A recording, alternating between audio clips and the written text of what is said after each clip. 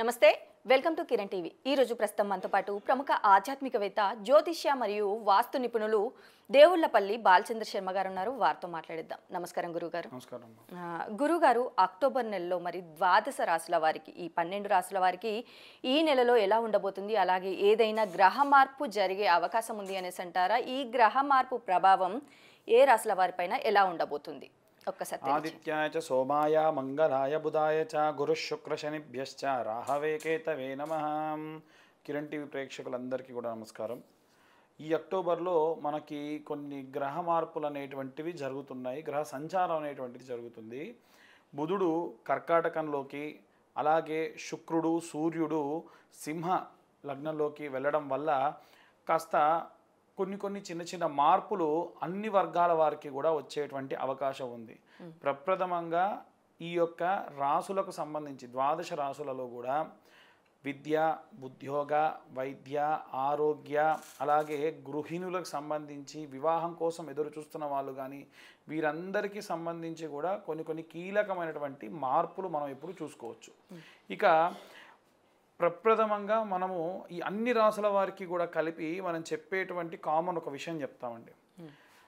విద్యార్థులు ఎవరైనా సరే కొత్తగా ఏవైనా సరే ప్రాజెక్టులు కానీ లేకుంటే మీ యొక్క చదువుకునేటువంటి విద్యా సంస్థలు మారాల్సిన అవసరం కానీ లేకుంటే ఏవైనా సిలబస్లో ఇంకేదైనా అప్గ్రేషన్కి వెళ్ళే వాళ్ళు కానీ మేము ఇప్పుడు స్క్రీన్ మీద చూపించేటువంటి సరస్వతి యంత్రము అని ఉంటుందండి.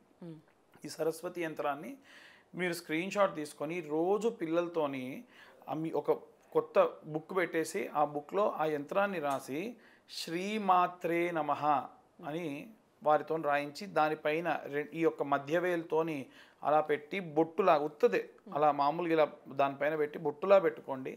దానివల్ల శారదాంబిక అమ్మవారి యొక్క సంపూర్ణ కృపా కటాక్షాలు వీరి యందు ఉంటాయి. ఇక ఉద్యోగస్తులకు సంబంధించినటువంటి విషయానికి వస్తే మనకు సోంపు అనేటువంటి దొరుకుతుంది. తినేటువంటి సోపు ఉంటుంది కదా, అది అమ్మవారి దగ్గర అష్టోత్తరం చేసేప్పుడు మనం సాధారణంగా తీర్థం పొడిలో కూడా వాటిని వాడుతూ ఉంటారు. ప్రత్యేకంగా ఈ యొక్క సోంపుని అమ్మవారి అష్టోత్తరం చదువుతున్నప్పుడుగా ఈ నవరాత్రుల్లో లేదా ప్రత్యేకంగా ప్రథమంగా వచ్చేటువంటి పంచమి తిథి రోజున మీరు వీలైతే, ఎందుకంటే మనకి 2వ తారీఖు అమావాస్య దాటి ప్రారంభమవుతున్నవన్నీ కూడా అమ్మవారి నవరాత్రులు ప్రారంభమవుతాయి కనుక అమ్మవారి నవరాత్రుల్లో అమ్మవారి యొక్క అష్టోత్తరం చదువుతున్నప్పుడు ఈ సోంపుతోని అష్టోత్తరం చేయాలి. ఒక చిన్న ఒక్క పెట్టుకోండి, ఆ ఒక్క మీద వేస్తూ ఉండండి. అమ్మవారిని ఆవాహనం చేసుకొని దాంట్లోకి వేయండి. ఆ తర్వాతకు దాన్ని తీసుకొని వెళ్ళి వేరే ఇంట్లో దాచుకొని మీరు యొక్క ఉద్యోగానికి వెళ్ళేప్పుడల్లా ఆ యొక్క సోంపు కొంచెం చక్కెర తినేసి వెళ్ళండి. దానివల్ల మంచి శుభ ఫలితాలు ఈ మాసంలో ఈ ఉద్యోగస్తులందరికీ కూడా గోచరిస్తూ ఉంది. ఇకపోతే ప్రత్యేకంగా గృహిణులకు సంబంధించి అందరూ కూడా అమ్మవారి నవరాత్రుల్లో మీ ఇష్ట అవతారమైనటువంటి అమ్మవారు అసలైతే బాలా త్రిపుర సుందరి అమ్మవారికి సంబంధించి కానీ లేదా స్కందమాత అమ్మవారికి సంబంధించి కానీ లేదు అమ్మవారికి సంబంధించిన నవరాత్రుల్లో మహిషాసుర మర్దిని అమ్మవారి యొక్క అవతార సమయంలో గృహిణులు ఎవరైతే ఉంటారో ప్రత్యేకంగా మహాలక్ష్మి అమ్మవారి అవతారం దగ్గర కూడా కుంకుమార్చనలు జరుగుతాయి. మీ ఇంటి దగ్గర ఏదైనా మండపం పెట్టినా లేదు మీరు ఎక్కడైనా సరే దేవాలయంలో అమ్మవారికి సంబంధించిన కుంకుమార్చనలు జరుగుతుంటే ప్రత్యేకంగా పాల్గొనండి, కుంకుమార్చన చేయండి. ఆ కుంకుమ స్టోర్ చేసుకొని సంవత్సరం అంతా పెట్టుకోండి, విశేష ఫలితములు దక్కుతాయి. లేదు మేము 9 రోజులు చేస్తామనంటే ఇంకా సంతోషం, 9 రోజులు చేయొచ్చు.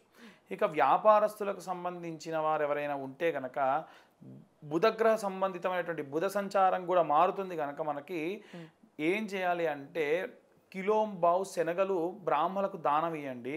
ఇంకొన్ని ఆకుపచ్చ రంగు జాకెట్ ముక్క తీసుకొని దాంట్లో పెసలు వేసుకొని మూట కట్టి మీరు మీ యొక్క షాప్ షట్టర్కి కానీ మీ వ్యాపార స్థలంలో కానీ కట్టండి. దానివల్ల విశేషమైనటువంటి వ్యాపారాభివృద్ధి కలుగుతుంది. ఇకపోతే ఎవరైనా వివాహానికి సంబంధించి ఎదురు చూస్తున్న వాళ్ళు ఎవరన్నా ఉంటే కనుక ప్రత్యేకంగా అమ్మవారి సంబంధించిన నవరాత్రులు కూడా దీక్షను పూనండి. అంటే 29 ఏళ్ళు వచ్చాయి, 30 ఏళ్ళు వచ్చాయి, వివాహం కోసం ఎదురు చూస్తున్నాం అన్న వారందరూ కూడా విశేషంగా అమ్మవారికి సంబంధించి నవరాత్రులు దీక్షలో ఉండి మెడలో కండువా వేసుకొని అమ్మవారికి సంబంధితమైనటువంటి దీక్షలో ఉండి ఏకభుక్తం భూషయనం. ఎందుకంటే మనకు తెలవకుండా మనం ఏమైనా చిన్న తప్పిదములు స్త్రీల గురించి చేసి ఉంటే ఆ దోషములన్నీ పోయి అమ్మవారి కృపా కటాక్షాలు మెండుగా ఉంటాయి. ఇక రాజకీయ అలాగే సినిమా రంగాల వాళ్ళకు కానీ మీడియా రంగాలు యాంకర్లందరికీ కూడా సంబంధించి అమ్మవారికి సంబంధించిన అవతారాల్లో మీ ఇష్ట అవతారం కనీసం 3 అవతారాలు పెట్టినప్పుడు చీరను దానం చేయండి. ఆ చీర అమ్మవారికి కట్టి ఆడవాళ్ళైతే మళ్ళీ ఆ చీరను తీసుకొని వాళ్ళు కట్టుకోవచ్చు, లేదా అమ్మవారికి సమర్పిస్తానంటే కూడా సమర్పించవచ్చు. ఇవి చేయడం వల్ల ద్వాదశ రాశులలో ఉన్న వారందరూ, ఈ సెక్టార్లో ఉన్న వారందరికీ కూడా శుభ ఫలితాలు ఎక్కువగా గోచరిస్తూ ఉన్నాయి. నమస్కారం గురువుగారు. నమస్కారం అండి. గురువుగారు, మరి ఈ అక్టోబర్ నెలలో మీనరాశి వారికి ఎలా ఉండబోతుంది, అలాగే మీనరాశి వారు పాటించాల్సిన పరిహారాలు ఏంటో తెలియజేయండి. శ్రీమాత్రే నమః, శ్రీ గురుభ్యో నమః. సాధారణంగా మీనరాశి వాళ్ళకు సంబంధించినటువంటి విశేషమైనటువంటి తత్వం ఏమిటి అని అంటే plan of action and planning అనేది పర్ఫెక్ట్గా ఉంటుంది అన్నమాట. వీరికి అచ్చిరాదు, కానీ ఎవరన్నా వీరి సహాయం తీసుకుంటే ఉత్తమమైనటువంటి ఫలితాలు దక్కుతాయి. ఏదైనా ఇంటి నిర్మాణ సమయంలో కానీ, లేదా ఎక్కడికైనా వెళ్ళేటప్పుడు ఆ ఏ రూట్లో వెళ్తే బాగుంటుంది, ఎక్కడ స్టే చేస్తే బాగుంటుంది, ఏ దేవాలయానికి వెళ్తే బాగుంటుంది, ఏ అర్చక స్వాములను కలిస్తే బాగుంటుంది అని వీళ్ళని అడిగి చాలామంది నిర్ణయాలు తీసుకుంటూ ఉంటారు. ఎందుకంటే వీళ్ళు తరోగా తెలుసుకొని వాటి గురించి విశ్లేషణతో పూరితమైనటువంటి చెప్తారు కాబట్టి. అయితే వీరికి ఈ నెలలో మీ స్నేహితుల యొక్క స్వభావం కాస్త ఇబ్బందికరంగా కనిపిస్తుంది. అంటే ఇలా మాట్లాడతారేంటి, వీడి కోసం నేను ఇంత చేశానే, అంటే ఫిజికల్గా చేయకపోయినా నేను ఆ సహాయం చేశా, ఈ సహాయం చేశా, వీళ్ళు ఎందుకు నన్ను ఇలా మాట్లాడుతున్నారు అనేటువంటి ధోరణి అధికంగా ఉంటుంది. ఇక ప్రత్యేకంగా విద్యార్థుల విషయానికి వస్తే వీరికి కూడా స్నేహితులతోని కాస్త పొరపచ్చాలు వచ్చేటువంటి అవకాశం ఉంది. గృహిణులకైతే అప్పటి వరకు బాగా మాట్లాడిన వాళ్ళు ఉన్నటువంటి వీరితో మాట్లాడడం మానేయడం కానీ, అవాయిడ్ చేయడం కానీ జరుగుతుంది. స్నేహితులు కానీ, ఇంటి పక్క వాళ్ళు కానీ. ఎందుకు ఇలా జరుగుతుందో అర్థం కాదు.